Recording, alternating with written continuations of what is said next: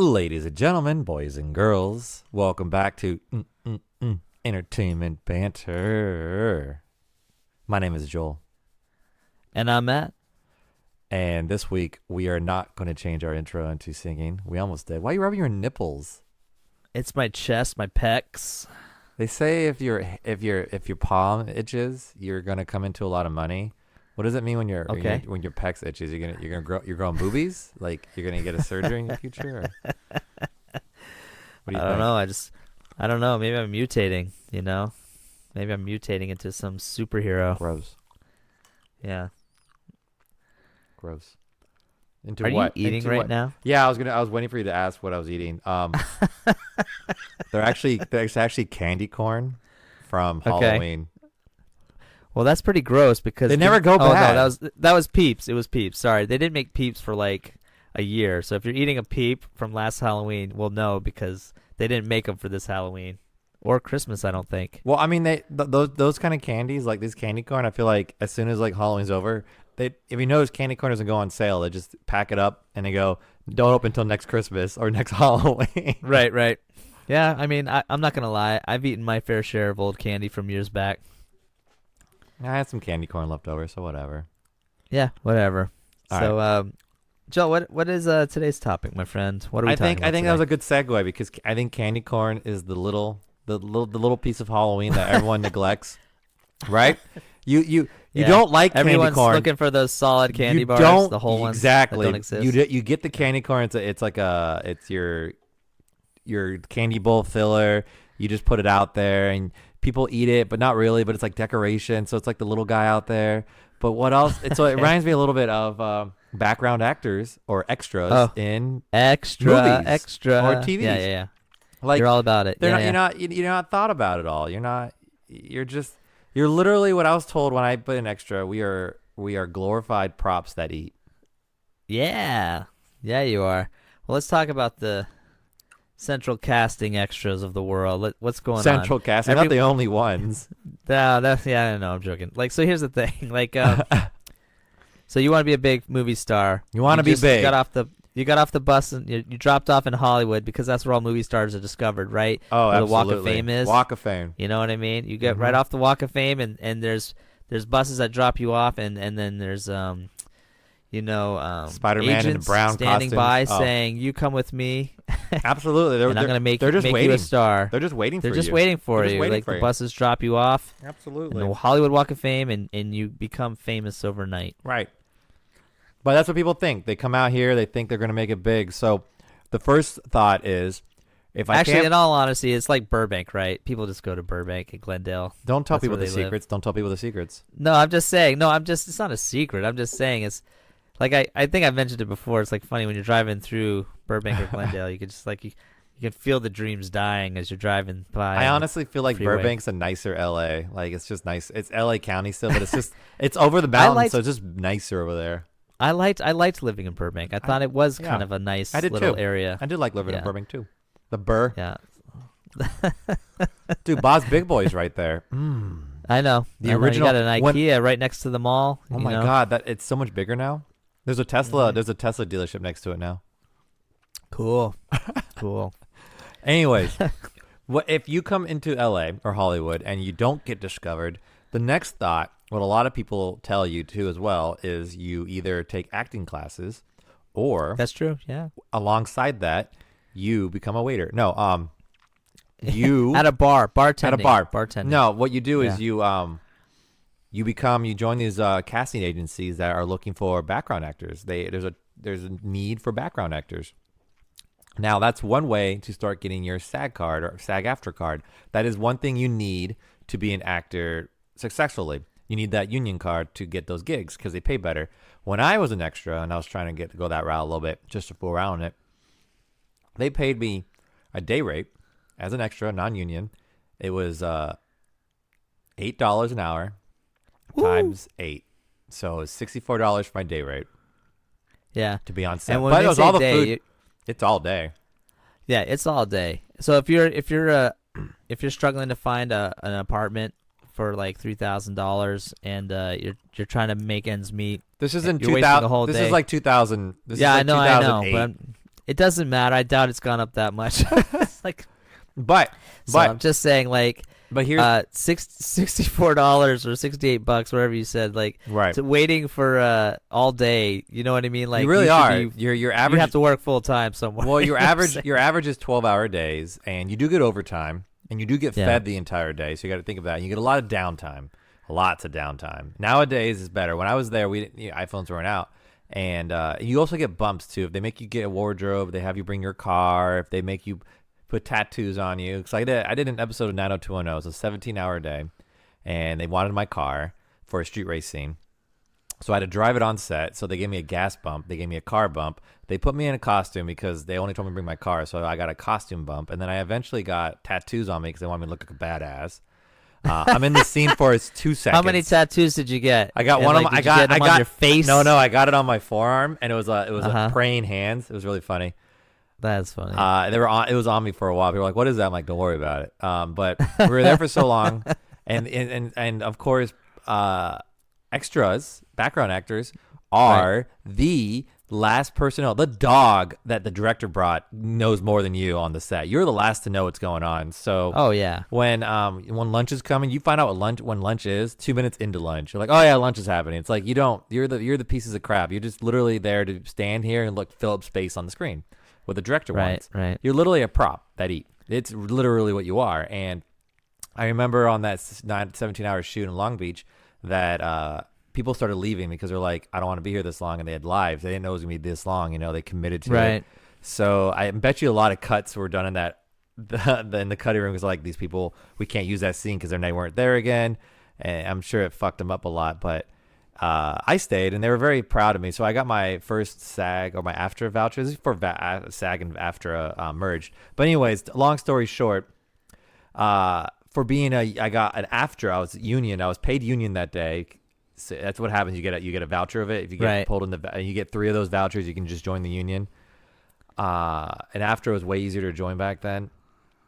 For a day when I was only supposed to get like $8 an hour, I ended up leaving for a 17-hour day. To me back then, I got about $650 for that day. Yeah, that's good. I thought that was pretty decent, But back then, and we were like an hour away from golden hour.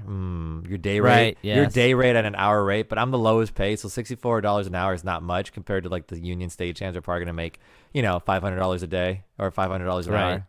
So $500 an hour. Yeah. But it's just nuts how things add up and what they need you for. But you're literally just you're the last to know. They're like, you come here. They literally, I remember like the handler would come into the room. You've already done it. Come in the room. They look for people. You and you come with me. What about me? Nah, we don't need you. And sometimes they don't even grab you. You just sit there. You're on your computer all day. Yeah, and you can't. It's funny how you say that because, like, if you have like a weak constitution and you take everything personally, you're gonna. This is not the career. No, you're gonna get upset quick because they don't. If you try talking to them, they can look at you and go, "No, f off. We don't care about you." Right. Like, you're literally right. Like, who are you? The director's kid? We don't care about you. No, sometimes it's true. Absolutely. It's just it's crazy. Yeah, and you're just the little guy, and you're just There's actually some people who do it as a career because I was going to say, once you become SAG or SAG after right now, and you still be an extra, your day rate goes from $64 an hour back then to $300 an hour or $300 a day. So it's actually once you become a union, you can live off that. If you got the gigs, you can live off $300 a day. Yeah, if you can make it, as a regular extra, you might be all right. You still may have to do other things, but you might be all right. I don't, I haven't done any of that kind of stuff in years, to be honest with you. I've been more behind the scenes stuff. Like of course, wait, stuff. You know more what's going on. I know a lot more than what's going on. Yes. I always have a lot of respect for people that stick it out through that stuff because you're right. They're at the bottom of the food chain. They're feeding at the bottom of the barrel. Like, anybody that sticks out, my heart always went out to them. And sometimes you didn't have the heart to tell them, like, don't waste your time here, or, like, this one, you're not going to be needed, for this kind of gig, but people stick around for it. My dad. So it's hard. Yeah. My dad go did ahead, it. sorry. No, my dad did it for a while, and it was just funny. I thought back when I was a kid, you thought your dad was going to the movies, say he was this big time actor and all this, and all the stories he would tell how he met Will Smith and X and X these people, and you're just like, now you look at like it's true though. I mean, it takes a certain person. Yeah, well, and you got to be careful too. But, like for example, there was a film I was working on, and Julia Roberts was pregnant at the time. But she herself wasn't. That was like Ocean's 13 era or 12 era. Yeah, but she herself wasn't in this feature. It was her husband that was working on it at the time. Right. And but you run in you bump shoulder to shoulder with people all the time, and even like at premieres you're bumping. Like the other stuff. You know what I mean? The random stuff. You're just bumping into people all the time. Right. I don't know where I was going to go with this. Good job.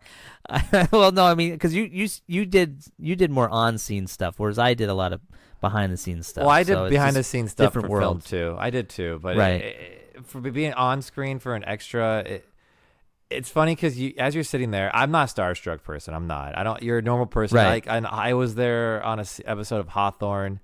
For Jada Pinkett Smith's TV show. Will Smith showed up, because his wife is in it. So he just showed up randomly to hang out, and they sat me down next to him, and I'm like, it's Will Smith, no big deal. Yeah. You're a fan of Will Smith. You're a fan. I am, but at the same time, so I'm like, hard for you, I'm sure. No, I sat there like, I struck a conversation with him. He's a very nice guy, but I'm like, oh my God, you're Will Smith. It's just like, they're just normal human beings like we are. They're doing a different job than we do. It's just more high profile. Mm-hmm. But there's a lot of people it takes, as I'm sitting there in the bullpen with all these, crazy people around. You have the people who, the extras that think they're going to make it big, they're going to get discovered. You got the ones that are professionally extras and they're just there. They have their setup. They have their Netflix going now, I'm sure, and they're just chilling. They're like waiting. Like I get fed, I get to hang out all day, and I get paid. Right. And then you have the ones that are think that they can network while they're there. I'm literally reading a book. I remember this I guy. feel like we've talked about this before. This guy just goes.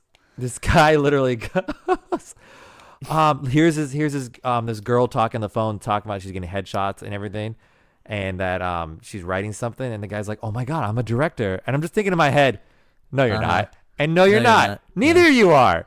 Go away!" Like you're fooling us. Like he was so serious. Like I'm a director. What are you writing? I think we can make this work. It's like you're an extra in CSI right now. Yeah. Shut up. You are not that. I feel like the one thing, I mean, they are legitimate people, but like they are. What always bothered me too is like going into like Borders, like again in Burbank or something, Yeah.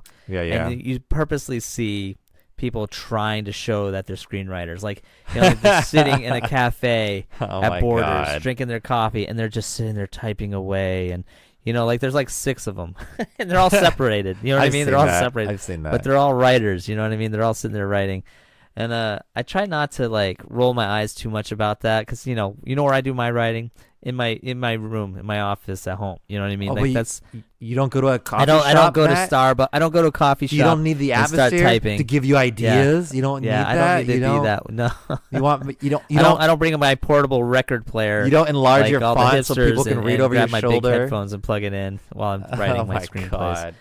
Yeah, no, I mean, Look I'm how not. Big my font I am is. I am making fun of them. I can't help it. It's like to me, it's so just easy. like that's trying too hard. You know what I mean? It's annoying too when you tell people you live in LA and they've never been to California and they go, "Oh, do you have a screenplay?" It's like not everyone in LA has a screenplay. Yes, I do, but but not everyone has a screenplay out here. Jesus. If you're looking for work too, if you're lucky enough to get an internship, do one like where you're reading screenplays for a company or studio. Because really? You'll get to see their competition real quick because that's one of the things I did when I first got to in West Hollywood. I was doing that, and if you were able to see the competition, you know what's out there already. You know what, right? You can start to see what a good screenplay is. Anywhere from formats and people doing it right, doing it wrong, to storytelling, to character development, to overall stories. I mean, probably a good. It was one of the best experiences I have because I actually was one of the people that. It had to go through me first, so I read it, and if it was like garbage, it didn't see the light of day. Did you throw it away? Fuck yeah! You were the line. You were I it. They had to get the first through you? line of defense. Damn. I was the first line of defense. So like, if your script sucked, I threw it in the garbage. But we would write synopsis on it. We weren't completely heartless. Like I would write why it wasn't working or why it wasn't a fit. Would you send it back to them? No, do is we just have we would not. No, we had like filing cabinets full of scripts, and we just. Oh yeah. My whole job was to go in and grab one and read it, do a synopsis, grab the next one, read it. I'm sure they get scripts all the time. There's people. So like I would read, 20, 30 scripts, and if one of those 20 or 30 scripts was decent enough, I would pass it up to the next food chain. But it was just the next douche of me, like the next hired douche. You know what I mean? Right. It still wasn't the producer yet. He was. You know what I mean? He was there just when like it got a to year the producer's longer. son. That's when you're like, okay, maybe you have a split second chance of something. You know what I mean? So, but yeah. So I've always thought behind the scenes is the best way to get in. Oh, Acting, yeah. I always respect people that do it the hard way. One of my friends, I'm proud of him. He did a lot of commercials. He was there. He toughed it out for, I don't know, 15 years more maybe. And he got extra work, and he got one lines here, there in movies, or little parts that he stood out in. But he finally landed a gig that I hope lasts in television. But, but he's What's he been doing? there. It's a Nickelodeon show. Oh, okay. Nickelodeon I think show you told right me this. Yeah, but like the poor guy has been out there for 15 years. And when I was in college, someone said it takes a minimum of 10 years. So if anybody's thinking like, you're going to have a shot, I mean, you got to work hard. Like this guy worked hard. You do. He never stopped. You have to, and you have to suck up and brown nose that I can't do that shit. Yeah. No, but I mean, you just have to stay dedicated to your craft. That's what it is. And if you're a certain type, you just have to recognize you're that type and just wait for the door to open. Sometimes your type door won't open for a long time. I don't know. Your tight door, you but just gotta spit on it. Let me ask you, Matt. Let me ask you. Type, not tight. Oh, I want to ask you a question. Right. Yes. How many people do you think tried the Harrison Ford way? He was a carpenter on set. Well, he was, but yeah, I mean, who knows how much or how little that was. Like, here's the thing. He was doing that as an odd job. You know what? I'm so jealous of that generation. Do you think he was an actor, or do you think he was a carpenter? Spielberg walked in to the studio, okay, found an empty room, put his fucking name on the door, and somehow bullshitted his way into that studio. Do you know what I'm saying? Isn't that crazy how I envy those years? We don't live in a world like that anymore. Can you imagine? You know what I mean? Yeah, we could have done that. So, like, yes, he was doing carpentry work because he had to pay his bills, but he had already done other things with George and some other things. You know what I mean? He was doing a favor at that point. Yeah. Okay. I was wondering if how much that was true or not. I don't know. You would know. Yeah. Star Wars fanatic. Yeah. Well, Harrison and I are like. But there's so many people. Yeah, you're probably with him on the airplane. He's so dumb. He no, I was so upset by that because he wasn't at Disney Plus or Disney Disney Plus. Where was he? Disney D23. There we go. No, well, I don't know which one it would have been at. Maybe one of the celebrations too. Who knows? But yeah, that's funny. Yeah, he got out. He's like, I don't want to do that celebration thing, so I'm gonna crash my plane. Hell yeah. But I wonder how many people live up to that thought that he was a carpenter, so I can do it too. Like, I wonder how many, because it's funny too, because you find in our business, backstage, behind the scenes, you actually find that there are fallen actors. I call them fallen actors because they couldn't get an acting gig, but the gig they're on started paying well. They're either a costumer now or makeup artist or a carpenter or whatever, but they're grouchy because you see them looking at the people acting and you're like, you're miserable. Why are you doing this gig? Because you're close to what you want to do? Yeah, no, I do understand it. what you're saying. Yeah, and I call them fallen actors because they're the worst people to work with, and it's just annoying. Well, I don't think Ford was one of those though, because he had done other gigs prior to that. No, he's a before fallen carpenter. American Graffiti. No, maybe he was. He really wanted to do carpentry. All he but wanted this to do was acting thing got in the cabinetry. way. He wanted to do cabinetry, and now he can't do it. He's like, George, can I get back to polishing those knobs on the cabinet? Can I go finish that yes, I'll read the Harrison Ford. I'll read the Star Wars line real quick. The Banter voodoo, blah blah blah. Okay, no, that's why his really like when Leia Leia goes, "I love you," and he goes, "I know." It's because he wanted to get done. He's like, "Let's get going. Come on, I got cabinets to furnish. I got work to do. Finish. Yeah, Come on. I still got to stay in the. You smell that maple? Cabinet. That maple's so good. I want to get out of here. So dumb. So fucking. Oh my gosh, I can't even deal right now sometimes. But yeah, no, it's Hollywood's a fun, fickle business for sure. I mean, it's like when you're in it, you love it. It's you're enjoying what you do. But if so many people spit you out so hard too. Well, it's also that if you if you make it more than what it is, you're never going to be happy or satisfied. In the sense of like everyone is expecting to make it big. That's the goal, right? To make it big. I just want to do my craft, whatever. it doesn't matter. The point is, like, it's really hard to become successful. And I've said it numerous times. There's plenty of famous actors out there now that people recognize on a regular basis, but they don't know their names. And there's no guarantee either that you don't get typecasted or you get something big, and then that was the only thing. Like the Somali pirate in that Tom Hanks movie, the one that goes, "I am the captain now. Look at my teeth." When he does all that, that guy won an Oscar for supporting actor to Tom Hanks. Guess what? He made only $65,000 doing that movie. I haven't seen him since. Wow, that's awful. I didn't know that. Right. No, because he was a no-name person. They did a countrywide or a worldwide search. He auditioned. They liked him. They used him. They made him an actor. He probably got SAG from it. He became a member I right should away. Hope so. But he didn't get paid much. Usually once you say that line, you get it, man. I mean, it was only for like 3 months of work. He got $65,000 for. I mean, to me, that's a good amount of money for 3 months. But he wasn't. No. You can land a commercial for $200 if you really played your cards right. Right. You know I mean, he obviously he won an Academy Award. Think about that too. Yeah, that's pretty friggin' sad. And have you seen him lately? Have you seen him? That. Yeah, no, I know. I get it. I hear what you're saying. That's messed up. Because this business chews you up. Maybe he's doing something now. I think people felt bad, but that business chews you up, spits you out. That's not right. That's not right, though. I don't like. Maybe he really was a Somali pirate. Maybe he had to become one because he got paid so little. Oh shit. Yeah, I mean that might pay his rent for 1 month or 1 year in L.A. You know what I mean? 1 month. Oh my god. Yeah, well, but they feed you well on film shoots. I gotta admit, though, working film shoots, no matter what capacity, you get fed really well. When they brought prime rib out at where were we? What were we doing? I think it was CSI. Was it CSI? I was a little annoyed because it was prime rib and they didn't cook it. It was a red still. I'm like, no. I wanted it darker. They're like, we're not doing it darker. You're so dumb. You're just an extra. Get out of here. I'm like, all right.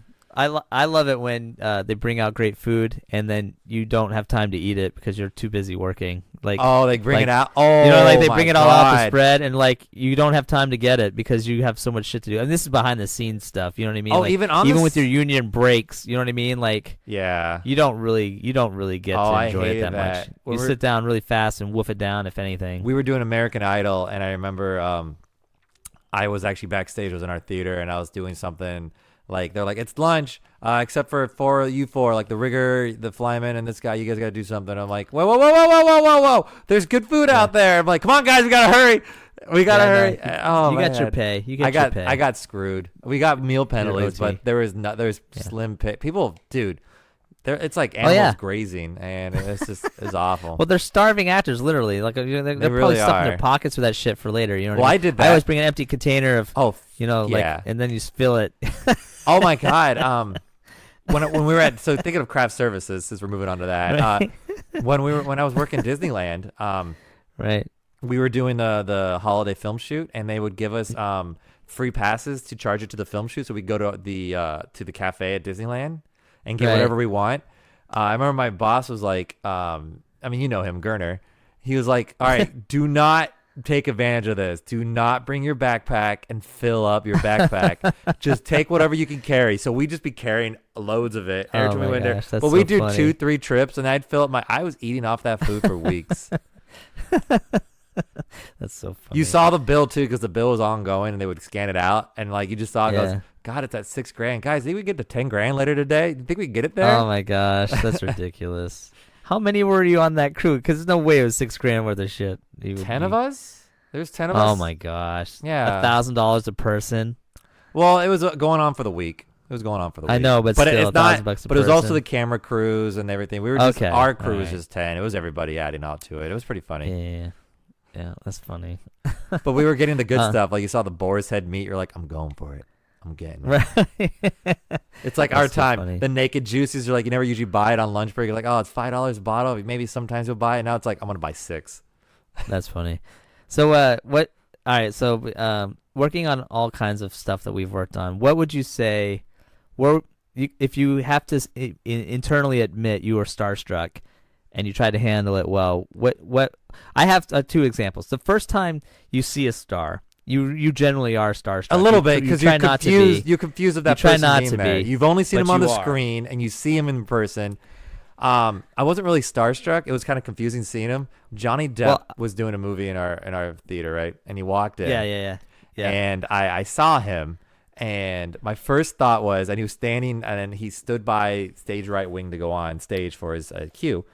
And my boss comes over me and goes, God, he's short. And I'm like, you noticing that too? And we're looking at him. We're like, and we're telling our coworker, go stand by him. Short. Like, go stand by. You're 5'5". I want to see how short he is. And he was like, dude, Johnny Depp's so short. I'm like, that's all I could think about. And then most lead actors are. So I wasn't really starstruck, just confused of his height. And then I remember trying to get a photo with him because I wanted to brag it to everybody because it was during Pirates of the Caribbean time, you know?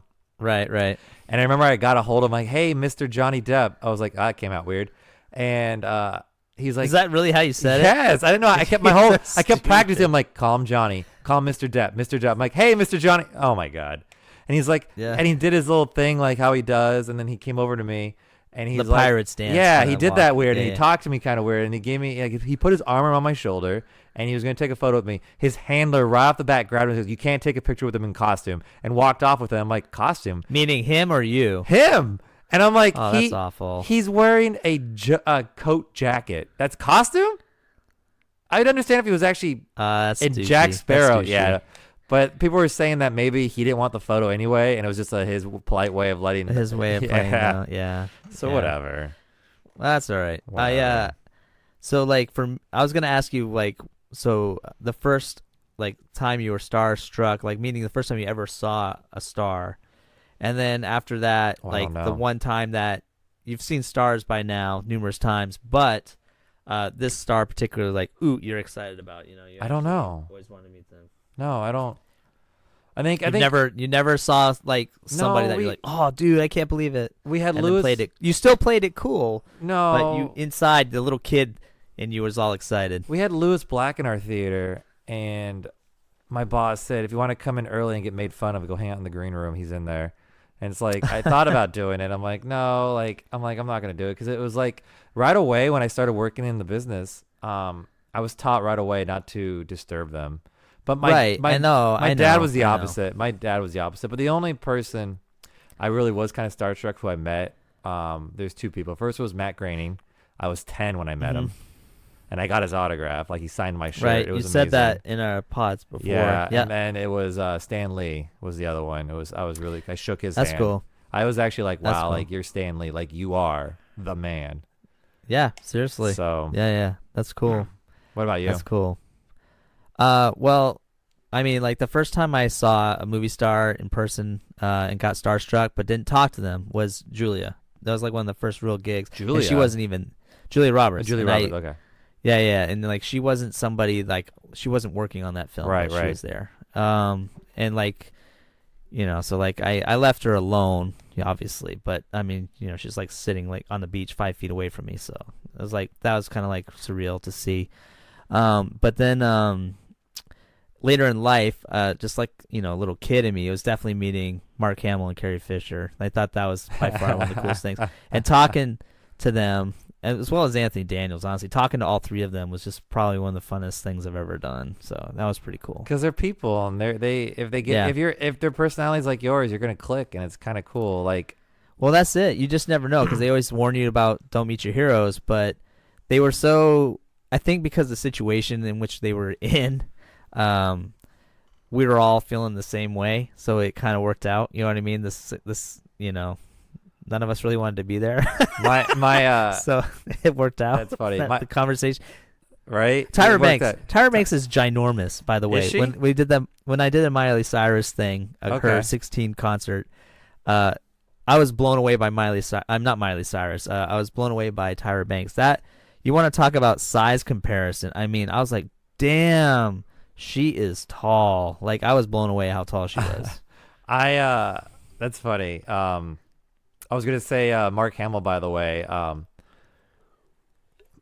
had a friend's brother who sold him weed, and I'm like, no, like, yeah, we smoke out. I believe that. We smoke out with Mark Hamill all the time. They sent pictures, and I'm like, are you kidding me? You're hanging with Mark Hamill? Like, it's just like, I want to hang with Mark Hamill. Do you smoke weed? No, but maybe I would for that, you know. Yeah. Like, it's not even like I'm not starstruck, but it's just funny. You can tell people like, yeah, I smoke weed with Mark Hamill. I would love to see Mark Hamill high, only because I would just love to hear all of his philosophies Oh. behind everything in the past couple of years. I'm You know what sure I'm saying? he would do a good Joker voice when he's high too. He knows. He's already, there's YouTube videos of him Right. screwing with people with that. You know what I mean? That's funny. But yeah, that was cool. But so we were talking about extra work originally, right? Right. Before we Right. sign off. Right. So Do you have a final thought? I will say this: anybody that it's a good way to get noticed if you're lucky. I mean, Brad Pitt. One of my favorites is Brad Pitt because like he tried to sneak in a line as a waiter once, and the director told him, "You do that again, you're off the set." So I mean, but Brad Pitt's where he's at now. Like Right. everybody knows You Brad take Pitt, risks. but he was Take a little shit waiter in a movie that no one even knows. Calculated you know what I mean? risks. And he tried it. You just got to keep trying it. You know, just making Keep your at it. way through it. If it's what Yeah. you want to do it. But if You you gotta- if you yeah. have any emotion attached to it, like where you take it personally, it's gonna hurt. Yeah, you just gotta understand the business is the business. You may not have the look or the thing that they want. It's But somewhere- literally a look. It's like playing the odds. You know what I mean? After a while, you're gonna hit something. Right. So and if you're lucky enough, you'll just hit something that gets you noticed, and you might, or at least enough to keep you working. It's a numbers game. You know, it's a numbers game, absolutely, and it takes years. It takes years. It does. So that's it. That's my final thought. Well, I wanted have to a final say, thought? yeah, I wanted to first. I would like to dedicate this episode to my late father, who passed just last week from COVID-19. He was a background actor, and he told all the stories when he was on set, and he will be missed. But one of his most favorite stories he would tell all the time. I swear to God, you meet him for the first time, he tells you the story. He told every girlfriend I've had, the first time he met him, he told him this story, and it's just hilarious. So my dad worked on Independence Day, and my dad was a sweet talker. So my dad was one of those guys that talked to everybody, became friends with everybody. So he came home with all the props. Like I have props. It's ridiculous. I don't even want to explain, but he was one of those guys. Probably when I was a crew member, I'd be like, shut the fuck up. But he would talk to everybody, but he's such a nice guy. He's never really starstruck. He took it as like you're a person, but he liked to have fun with it, and he made friends with everybody. So during Independence Day, he was in the scene where Will Smith's saying he can fly the alien ship, up to the mothership and plant the code and all that. And my dad was a scientist in that scene, but extra as wise, he put places. So he was next to Will Smith for a lot of the scene, and he leans into Will Smith and goes, "Hey, you know what? You could you look a lot like Will Smith. You could probably play his double." And then Will Smith, as cool as he is, looks back and goes, and playing along, goes, "You know what? You think so? You think I can get a gig doing that?" And he goes, "Nah, that guy doesn't work that much. You probably wouldn't get much work." And Will laughed, and then he went on. So he tells that story all the time to anybody he meets. That's one of his favorite acting stories, and it's funny too, because when I sat down earlier in this pod, I mentioned I sat down next to Will Smith and I talked to him. I tell my dad that story straight up. He goes, "Did you mention me, Dad? No. Why would I mention you? Why would I do that?" And he goes, "Well, he'd remember me." I'm like, Will Smith meets millions of people all the time. You think he's gonna remember you? And he goes, "Absolutely." I made him laugh. I'm like, I don't know. Oh my gosh, that's funny. But that would be Yeah. amazing Well, to find out that he does remember my dad, because that'd be the Maybe. bee's knees. Prove me wrong. Maybe Prove that me was wrong. Maybe Will was having a bad day on set. He was bored. He was tired. He found out he wasn't going to be doing Dumb and Dumber, but then he got Men in Black. I don't know. I don't Who knows? But it's it's a funny story, and I mean, he is a nice guy. I met Will Smith twice, but the thing is, I doubt Will Smith knows he met me twice. So it's just Of course, right.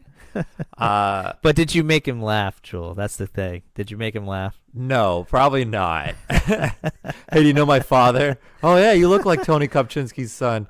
No, that's not. Wait a minute. You're Tony Kopczynski. You Tony Kopczynski's son. I should have played that out with my Get dad. this guy a chair. I should have started doing that. I never laughed in my life before that day. The next time he goes, Joel, did you mention me? I did, Dad, actually. And he was like, he recognized me. He's like, "Are you Tony Kopczynski's son? That guy was the funniest man." He's like, "You're nothing like your father. You're not funny at all." Yeah, man, get off my set. Yeah.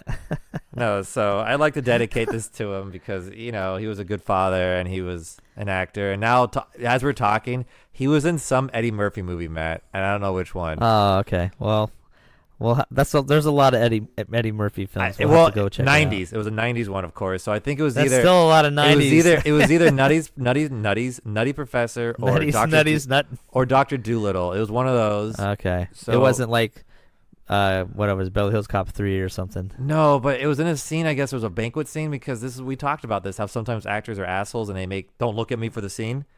Right. My dad lost that's respect right. for Eddie that. Murphy because he worked on a movie with him, and he came out and told every extra could not look at him for the day. So it's like he's like, screw that guy. I looked at him. So it's just like I don't know. So I mean, extras are treated like crap on set a lot of times. But like my dad, he made the best of it. He's made a somewhat of a career out of it. And he loved it. He loved loved talking. He was one of those guys that just wanted to talk and tell his stories. He was all about his stories, all about them. Well, and honestly, you need that. You need someone like that in this industry because, like, it's like sharks. You swim with sharks. Like, everyone's out to get you. Everyone's out to get ahead of you and beat you to that role. And, like, sometimes the people that are very chill about it are the ones that I think are more successful. But, being able to sit and just shoot the shit with somebody is always fun for me. I always appreciated doing that when I was hanging out on set. You know what I mean? He's living proof. He started out as a non-union, and he got SAG. So he made being an extra, and he was getting speaking parts, and he kept asking me, he missed doing it. And the thing I told him, like, you still have your SAG card, you can act whenever. Never grows old. Well, and the best part is I like being character actors anyways. Like, when I did roles, like, I liked to be that character actor. I would never want to be like the leading role in my my things. I always liked playing the wacky. You don't have the personality to control the screen, Matt. You can't. Oh, what are you talking about? This is great. Oh, God, Matt. You just look at it. Are you in just your look underwear? at it. You in your underwear, Matt? I saw your bare legs. You never wear shorts. Hey, don't worry about it. It's all good. What happens on the pod stays on the pod. And on that note, thank you for listening to Entertainment Banter. My name is Matt. And my name is Joel. And I'm done.